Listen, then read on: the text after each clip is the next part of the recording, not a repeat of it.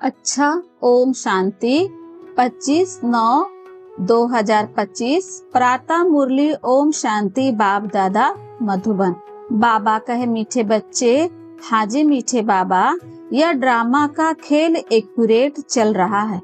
जिसका जो पाठ जिस घड़ी होना चाहिए वही रिपीट हो रहा है। यह बात यथार्थ रीति समझना है।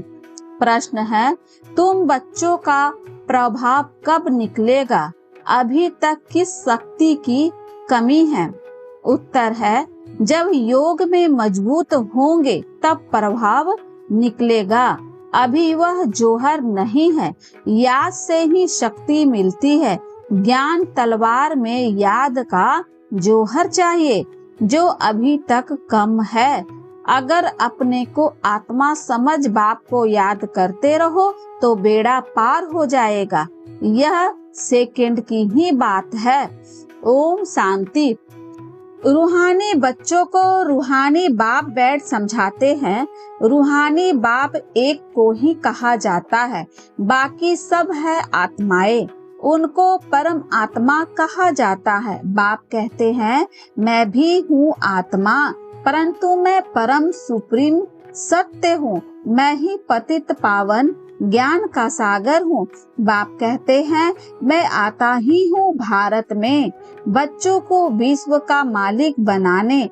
तुम ही मालिक थे ना, अब स्मृति आई है, बच्चों को स्मृति दिलाते हैं।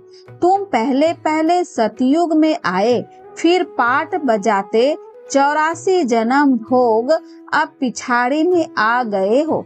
तुम अपने को आत्मा समझो। आत्मा अविनाशी है, शरीर विनाशी है। आत्मा ही देह के साथ आत्माओं से बात करती है। आत्मा अभिमानी हो करके नहीं रहते हैं तो जरूर देह अभिमान है। मैं आत्मा हूँ, यह सब भूल गए हैं। कहते भी हैं, पाप आत्मा, पुण्य आत्मा, महान आत्मा। वह फिर परमात्मा तो बन नहीं सकते। कोई भी अपने को शिव कह ना सके। शरीरों के शिव नाम तो बहुतों के हैं। आत्मा जब शरीर में प्रवेश करती है तो नाम पड़ता है, क्योंकि शरीर से ही पाठ बजाना होता है। तो मनुष्य फिर शरीर के भान में आ जाते हैं। मैं फलाना हूँ, अभी समझते हैं हाँ मैं आत्मा हूँ। हमने 84 का पाठ बजाया है, अभी हम आत्मा को जान गया हूँ। हम आत्मा सतो प्रधान थी, फिर अभी तमो प्रधान बनी हूँ। बाप आते ही तब है जब सब आत्माओं पर कट लगी हुई है। जैसे सोने में खाद पड़ती है ना, तुम पहले सच्चा सोना हो, फिर चांदी, तांबा, लोहा पकड़ कर तुम बिल्कुल काले हो गए हो। यह बात और कोई समझा ना सके, सब कहते देते हैं आत्मा निर्लेप है, याद कैसे पड़ती है। यह भी बाप ने समझाया है बच्चों को। बाप कहते हैं, मैं आता ही भारत में हूँ। जब बिल्कुल तमो प्रधान बन जाते हैं तब आता हूँ। एक्यूरेट टाइम पर आते हैं। जैसे ड्रामा में एक्यूरेट खेल चलता है ना, जो पाठ जिस घड़ी होना होगा उस समय फिर रिपीट होगा। उसमें जरा भी फर्क पड़ नहीं सकता। वह है हद का ड्रामा, यह है बेहद का ड्रामा। यह सब बहुत मेहीन समझने की बातें हैं। बाप कहते हैं, तुम्हारा जो पाठ बजा वह ड्रामा अनुसार। कोई भी मनुष्य मात्र न रचयिता को न रचना के आदि मध्य अंत को जानते हैं। ऋषि मुनि भी नेति नेति करते गए। अब तुमसे कोई पूछे रचयिता और रचना के आदि मध्य अंत को जानते हो, तो तुम झट कहोगे हाँ। सो भी तुम सिर्फ अभी ही जान सकते हो, फिर कभी नहीं। बाबा ने समझाया है, तुम ही मुझ रचयिता और रचना के आदि मध्य अंत को जानते हो। अच्छा, यह लक्ष्मी नारायण का राज्य कब होगा, यह जानते होंगे नहीं। इसमें कोई ज्ञान नहीं, यह तो बंडर है। तुम कहते हो हमारे में ज्ञान है, यह भी तुम समझते हो। बाबा का पाठ ही एक बार का है। तुम्हारी एम ऑब्जेक्ट ही है यह लक्ष्मी नारायण बनने की। बने गए फिर तो पढ़ाई की दरकार नहीं रहेगी। बैरिस्टर बन गया सो बन गया। बाप जो पढ़ाने वाला है उनको याद तो करना चाहिए ना। तुमको सब सहज कर दिया है। बाबा बार बार तुम्हारे कहते हैं पहले अपने को आत्मा समझो। मैं बाबा का हूँ। पहले तुम नास्तिक थे, अभी आस्तिक बने हो। इन लक्ष्मी नारायण ने भी आस्तिक बनकर ही यह बरसा लिया है जो अभी तुम ले रहे हो। अभी तुम आस्तिक बन रहे हो। आस्तिक नास्तिक यह अक्षर इस समय के हैं, वहाँ यह अक्षर ही नहीं, पूछने की बात ही नहीं रह सकती। यहाँ प्रश्न उठते हैं तब तो पूछते हैं। रचता और रचना को जानते हो तो कह देते नहीं। बाप ही आकर अपना परिचय देते हैं और रचना के आदि मध्य अंत का राज्य समझाते हैं। बाप है बेहद का मालिक। रचता बच्चों को समझाया गया है और धर्म स्थापक भी यहाँ जरूर आते हैं। तुमको साक्षात्कार कराया था। इब्राहिम, क्राइस्ट आदि कैसे आते हैं वह तो पिछाड़ी में, जब बहुत आवाज निकलेगा तब आएंगे। बाप कहते हैं बच्चे दे सहित दे के सब धर्मों को त्याग मुझे याद करो। अभी तुम सम्मुख बैठे हो। अपने को देह नहीं समझना है, मैं आत्मा हूँ। अपने को आत्मा समझ बाप को याद करते रहो तो बेड़ा पार हो जाएगा। सेकंड की बात है। मुक्ति में जाने के लिए ही भक्ति आधा कल्प करते हैं, लेकिन कोई भी आत्मा वापिस जा नहीं सकती। 5000 वर्ष पहले भी बाप ने यह समझाया था, अभी भी समझाते हैं। श्री कृष्ण यह बातें समझा नहीं सकते, उनको बाप भी नहीं कहेंगे। बाप है लौकिक, अलौकिक और पारलौकिक। हद का बाप लौकिक, बेहद का बाप है पारलौकिक आत्माओं का। और एक यह संगम योगी वंडरफुल बाप, इनको अलौकिक कहा जाता है। प्रजापिता ब्रह्मा को कोई याद ही नहीं करते। वह हमारा ग्रेट ग्रेट ग्रैंडफादर है, यह बुद्धि में नहीं आता है। कहते भी हैं आदि देव एडम, परंतु कहने मात्र मंदिरों में भी आदि देव का चित्र है ना। तुम वहाँ जाओगे तो समझोगे यह तो हमारा यादगार है। बाबा भी बैठे हैं, हम भी बैठे हैं। यहाँ बाप चैतन्य में बैठे हैं, वहाँ जड़ चित्र रखे हैं। ऊपर में स्वर्ग भी ठीक है। जिन्होंने मंदिर देखा है वह जानते हैं कि ब्रह्मा बाबा हमको जब चैतन्य में राजयोग सिखला रहे हैं, फिर बाद में मंदिर बनाते हैं। यह स्मृति में आना चाहिए कि यह सब हमारे यादगार हैं। यह लक्ष्मी नारायण अब हम बन रहे थे, फिर सीढ़ी उतरते आए हैं। अब फिर हम घर जाकर राम राज में आएंगे। पीछे होता है रावण राज, फिर हम वाम मार्ग में चले जाते हैं। बाप कितना अच्छी रीति समझाते हैं। इस समय अभी सभी मनुष्य मात्र पतित हैं, इसीलिए पुकारते हे पतित पावन, आकर हमको पावन बनाओ। दुख हर कर सुख का रास्ता बताओ। कहते भी हैं भगवान जरूर कोई भेष में आ जाएगा। अब कुत्ते बिल्ली ठिक्कर भीतर आदि में तो नहीं आएंगे। गाया हुआ है भाग्यशाली रथ पर आते हैं। बाप खुद कहते हैं मैं इस साधारण रथ में प्रवेश करता हूँ। यह अपने जन्मों को नहीं जानते हैं, तुम अभी जानते हो। इनके बहुत जन्मों के अंत में जब वानप्रस्थ अवस्था होती है तब मैं प्रवेश करता हूँ। भक्ति मार्ग में पांडवों के बहुत बड़े बड़े चित्र बनाए हैं। रंगून में बुद्ध का भी बहुत बड़ा चित्र है। इतना बड़ा कोई मनुष्य होता थोड़े ही है। बच्चों को तो अब हंसी आती होगी। रावण का चित्र कैसा बनाया है। दिन प्रतिदिन बड़ा करते जाते। यह क्या चीज है जो हर वर्ष जलाते हैं। ऐसा कोई दुश्मन होगा।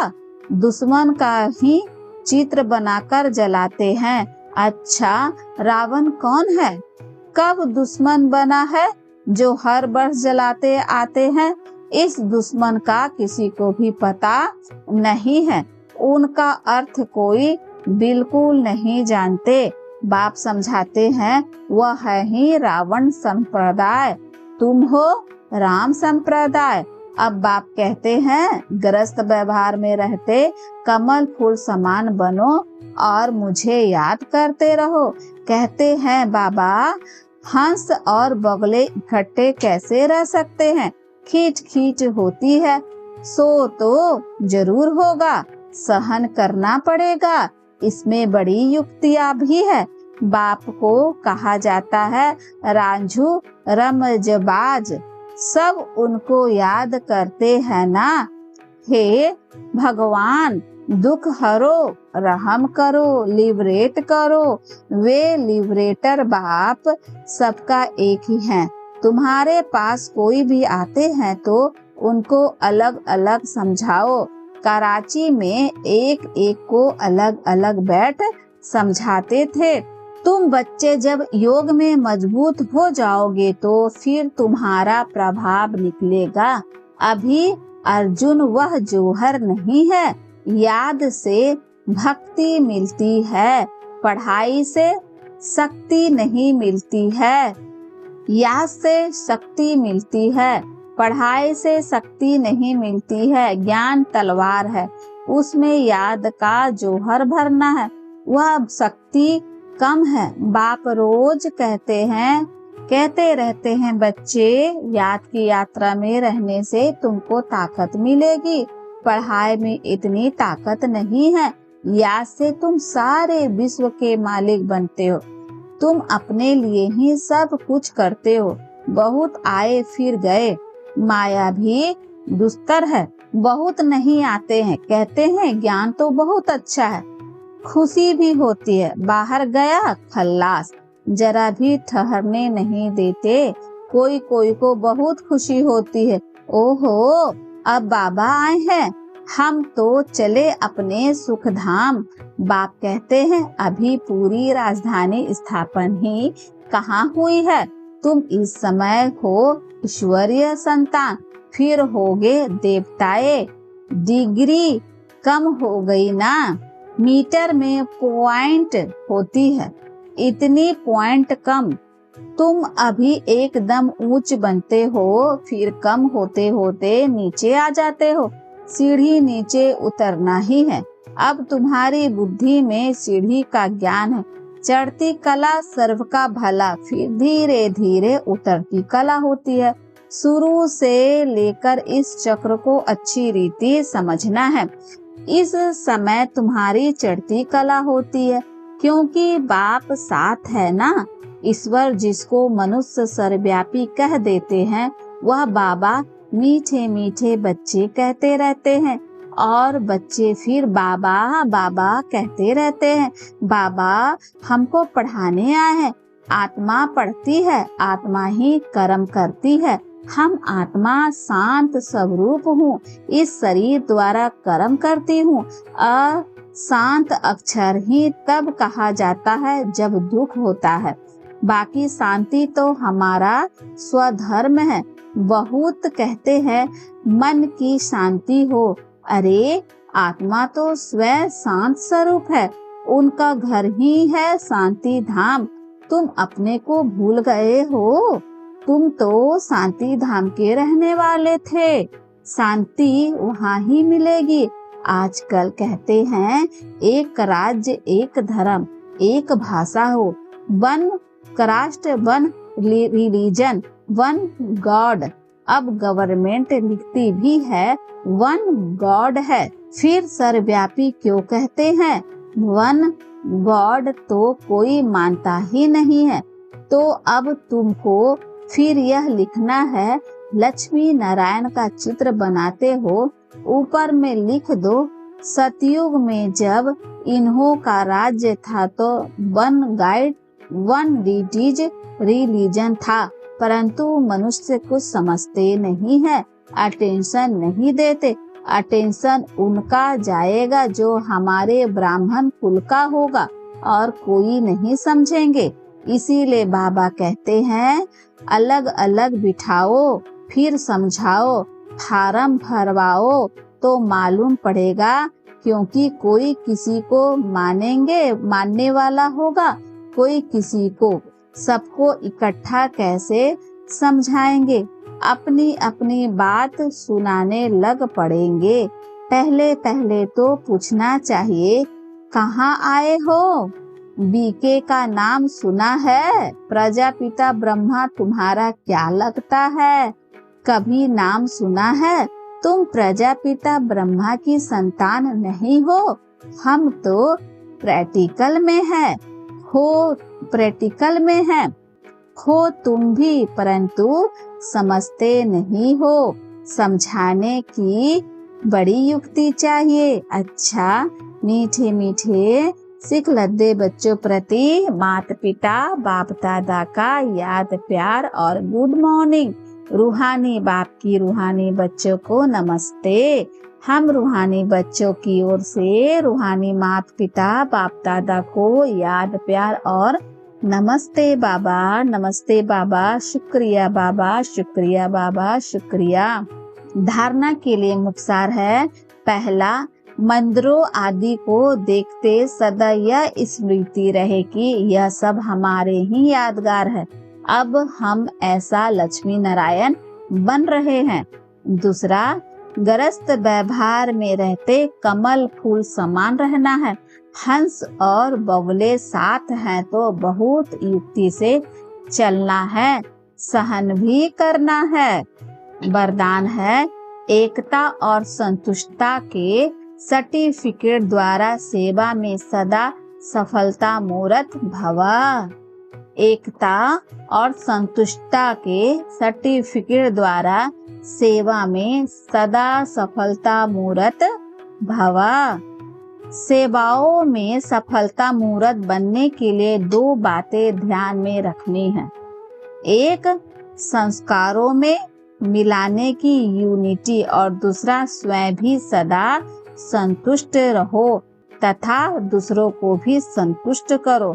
सदा एक दो में स्नेह की भावना से, श्रेष्ठता की भावना से संपर्क में आओ तो यह दोनों सर्टिफिकेट मिल जाएंगे।